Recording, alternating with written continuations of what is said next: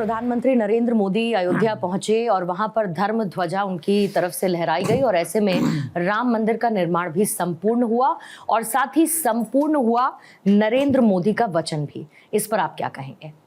नरेंद्र मोदी का कहना सही है कि धर्म ध्वजा केवल एक ध्वज नहीं, यह भारतीय सभ्यता के पुनर्जागरण का एक ध्वज है। यह भारत की सांस्कृतिक चेतना का उत्कर्ष है। कई वर्ष पूर्व जब नरेंद्र मोदी ने राम मंदिर निर्माण का वचन लिया था, प्रण लिया था, यज्ञ किया था, यह समारोह उसकी एक पूर्ण आहुति है। नरेंद्र मोदी जिस भाव विभोर भंगिमा के साथ मोहन भागवत और योगी के साथ ध्वज को ऊपर चढ़ता हुआ देख रहे थे, तो उस समय ऐसा लगा कि भगवान राम की आत्मा का इनमें वास हो गया है। और एक प्रकार से समारोह का आभामंडल ऐसा था, नरेंद्र मोदी का आभामंडल ऐसा था, ये लगा कि भगवान राम खुद उन्हें आशीर्वाद देकर उनका राज्याभिषेक कर रहे हैं।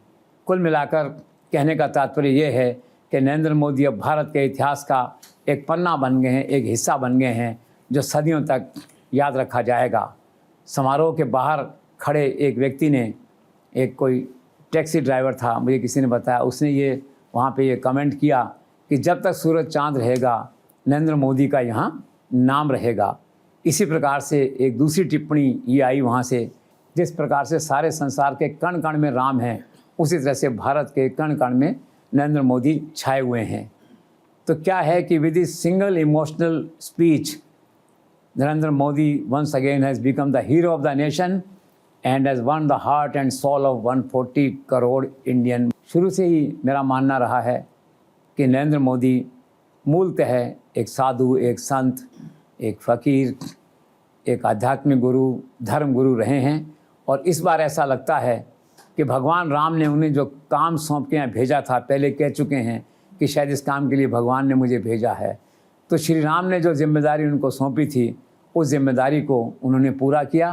आज सारा राष्ट्र उनके प्रति कृतज्ञ है, भाव विभोर है।